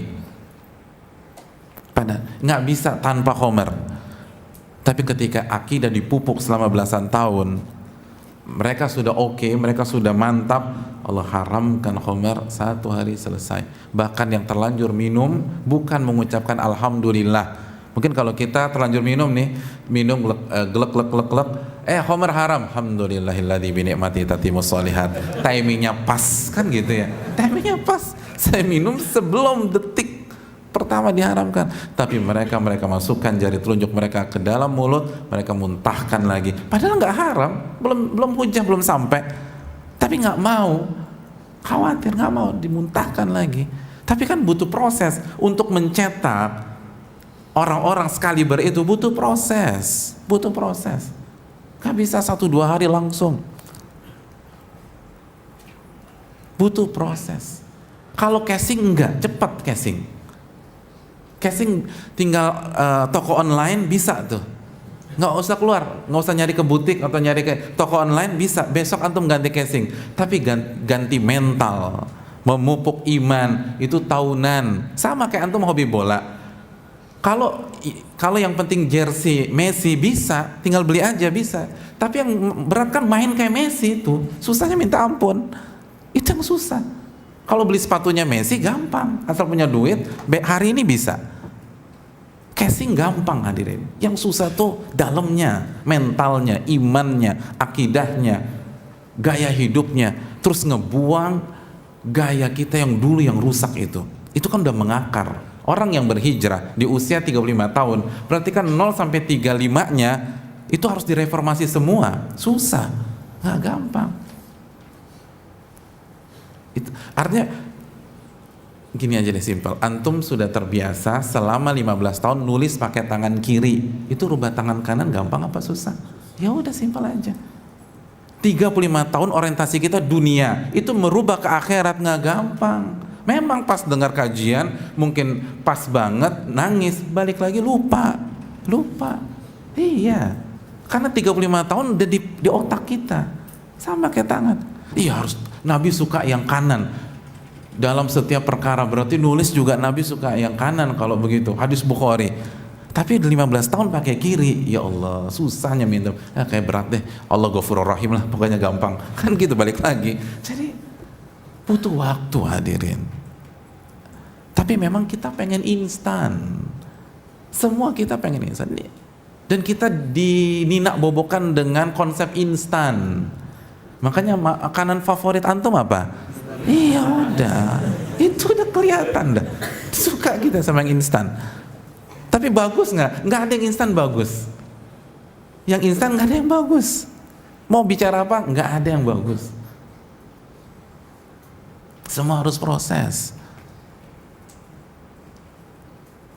Semua harus proses. Apalagi kalau kita mau jadi orang-orang berproses. Makanya kan di dunia pemikiran, di dunia motivator di luar sana kan ada teori 10.000 jam baru Anda jadi master. Kalau cuma latihan 1, 2, 3 jam nggak bisa Anda jadi master. 10.000 jam. Benang merahnya apa sih? Semua harus ada proses, pelan-pelan, sabar. Perjalanan jauh, Anda harus punya bekal. Dan lihat Nabi aja deh. Ini bukan teori Ustadz A, Ustadz B, Ustadz C. Lihat Nabi. Kalau Allah ingin turunkan seluruh Al-Quran untuk dipraktekkan di hari pertama di Gua Hira, apa susahnya bagi Allah? Tapi Allah ingin alamuk, pelan-pelan, sabar. Karena ujian berat, jadi harus pelan-pelan. Kalau semuanya repot kita. Itu yang perlu kita camkan hadirin. Pelan-pelan. Tapi bukan berhenti. Ya udah kalau gitu mulai pekan depan saya nggak hadir kajian lagi Pak Ustadz. Pelan-pelan. Loh, tetap berlari. Kan pelari maraton, lari. Tapi harus diseleksi, harus jelas, jangan semuanya dikejar. Semua Ustadz dikejar nggak bisa. Antum nggak akan pintar matematika kalau gaya antum mengejar seluruh pakar matematika di Jakarta. Stres antum. Semua dikejar. Untuk jadi pakar matematik, antum cari 1-2 pakar dan antum istiqomah belajar sama dia, baru jadi. Ya simpel aja, klub sepak bola sehebat apapun, kalau satu musim 5 pelatihnya kira-kira juara enggak? Enggak, bingung orang, ya Allah. Padahal tuh pemain papan atas semua tuh, nggak diajarin dia bisa main, nggak diajarin dia bisa nendang. Tapi kalau diajarin sama banyak orang, bingung. Itulah ucapan dari Syekh Bakar Abu Zaid. Kata Syekh Bakar Abu Zaid, ulama besar yang sudah meninggal sekarang, rahimahullah, kata beliau, izdihamul ilmi fis sam'i mudillatul fahmi. Banyak mendengar dari banyak referensi, khususnya di awal-awal, itu justru bikin bingung pemahaman. Bingung kita. Seperti itu. Makanya guru kimia 1, guru matematika 1, Kalau 6 guru kimia ngajar antum 1 semester, antum bingung, bukan pintar. Dan bukan yang salah, bukan gurunya bermasalah, metodenya salah. Metodenya salah. Akhirnya nggak maju-maju. Tapi kalau lewat, kejar sana, kejar sini, kejar sana. Cari yang cocok dengan antum, yang punya kapasitas, lalu istiqomah dengan itu. Untuk misalnya satu disiplin ilmu, nanti disiplin ilmu yang lain cari yang kapasitas juga, lalu istiqomah sama beliau, lalu cari disiplin ilmu yang lain. Jelas, nggak semua di sweeping, dicari semua duduk, dapat pahala tapi nggak efisien. Dan kita nggak mengharamkan, sebagaimana antum sah-sah aja di 1 semester antum kasih 7 guru matematika untuk 1 kelas yang sama, tapi berhasil apa tidak? Wallahu ta'ala alam bisawab. Hadirin yang dirahmati oleh Allah Subhanahu wa ta'ala. Lalu yang terakhir, ilmu yang kita lakukan bertahap itu harus kita amalkan. Harus kita amalkan.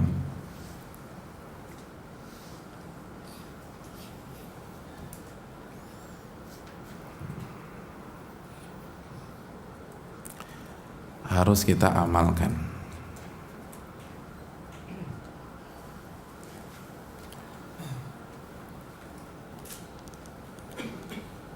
Allah berfirman di dalam surat An-Nisa 66 tadi. Udah kita tulis ayat, kita sebutkan, tapi kita baca penggalan pertamanya. Sekarang kita lihat closing statementnya. Walau annahum fa'alu ma yu'adzuna bihi lakana khairan lahum wa ashadda tathbita. Kalau mereka mengamalkan apa yang mereka dapatkan dari nasihat, dari ilmu, maka itu yang terbaik buat mereka, dan asyadda tathbita, dan akan mengokohkan mereka, akan membuat mereka istiqomah dalam hijrah, mengokohkan, nggak terombang-ambing. Nah itu tadi, kenapa harus bertahap dalam ilmu? Karena ilmu itu bukan teoritis, ilmu itu bukan joke, ilmu itu walaupun disampaikan secara humoris boleh selama sesuai dengan dosis. Tapi ilmu itu bukan retorika, ilmu itu dapat diamalin, dapat diamalin. Kalau antum overdosis, berarti antum harus mengamalin juga secara overdosis, dan nggak sanggup, pelan-pelan,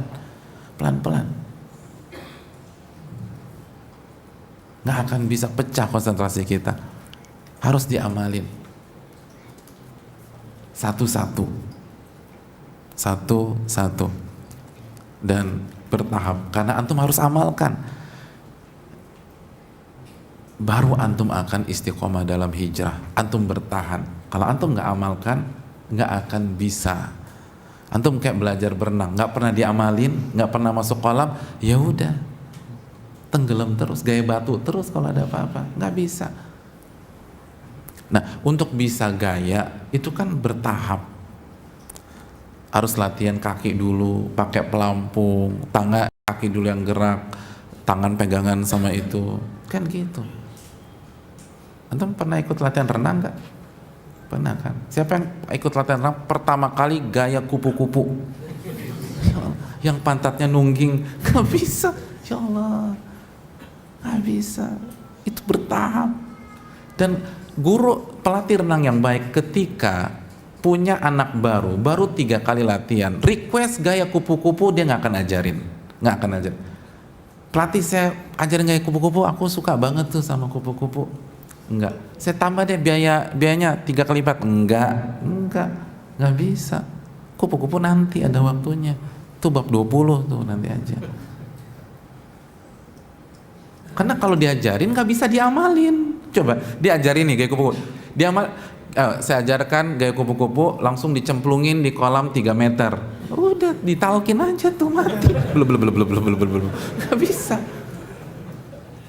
Nggak bisa diajarin juga, nggak bisa diamalin. Nggak bisa, percuma. Ngapain diajarin? Nggak bisa diamalin. Padahal untuk bisa sukses harus diamalin. Baru asyadda tathbita, diamalin tuh. Belajar, diamalin, baru.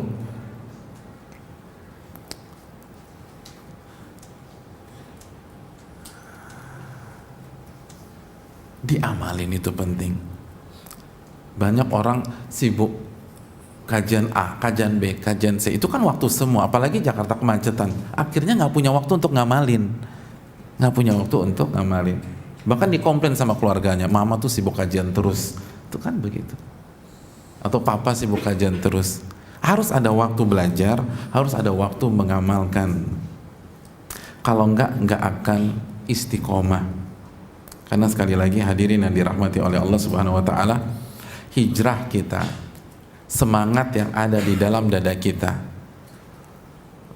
euforia yang kita rasakan, kalau kita nggak pintar memanagenya akan hilang. Antum catat surat An-Nahl ayat 94, fatazilla qadamum ba'da thubutiha.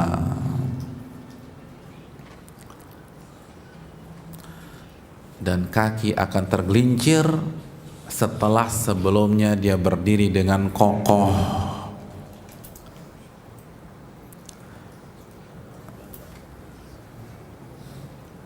Kaki tergelincir, ini analogi yang Allah berikan kepada kita.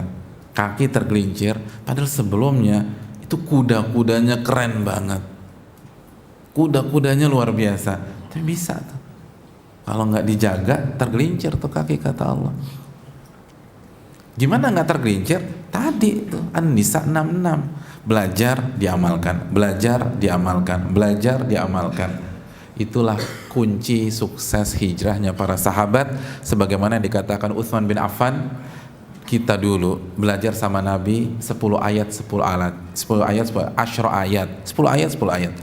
Wala yujawizuhunna, dan kita nggak akan melangkah ke ayat ke-11 sampai kita sudah amalkan ke-10 ayat tersebut. Pelan-pelan mereka. Itu yang buat mereka sukses. Pelan-pelan. Bertahap. Bertahap. Dan semua metode demikian. Banyak di antara antum suka ke gym untuk membuat one pack jadi six pack. Itu latihan selama 14 jam non-stop satu hari, atau dipecah-pecah hadirin, pelan-pelan. Nah, berapa? Satu kali latihan berapa kali? Yang six pack siapa nih? Six pack. Sehari berapa jam latihan? Berapa sih? 2 jam. 2 jam, pelan-pelan. Baru jadi. Nggak bisa. Saya semangat Ustaz, 14 jam nggak bisa. Tetap one pack. Karena kan otot kita harus istirahat juga. Nggak bisa. Semua yang overdosis tuh nggak bagus. Sholat subuh overdosis nggak bagus. Antum sholat subuh 3 rakaat sesat. Walaupun baca Al-Baqarah. Semua juga. Kalau proses antum overdosis nggak bagus, hijrah antum overdosis nggak bagus. Itu yang perlu kita camkan. Dan yang terakhir hadirin yang dirahmati Allah, sebelum kita tutup dengan pertanyaan, prioritaskan diri kita sendiri sebelum ngurusin orang.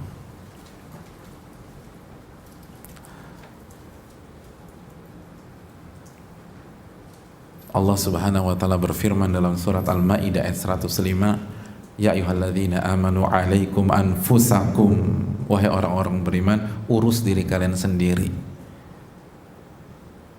Sebelum ngurusin orang, urus diri kalian.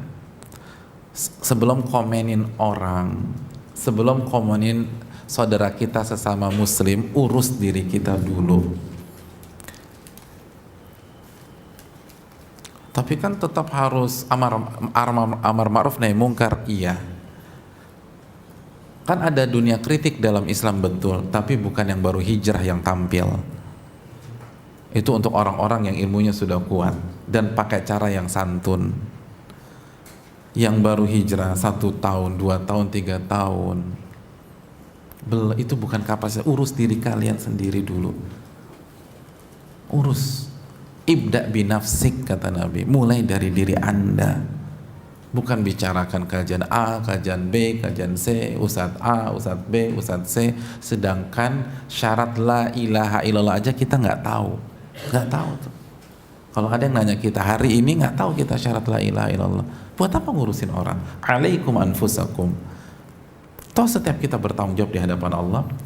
Kalau perlu amar ma'ruf nahi mungkar, ada pihak yang punya kapasitas untuk mengerjakan hal tersebut. Kita yang baru hijrah, alaikum anfusakum. Jangan suka komenin orang, bicarain orang, buka aib orang, fitnah orang, gibahin orang, atau urus masalah orang. Antum nggak harus tahu seluruh problematika dakwah, nggak perlu.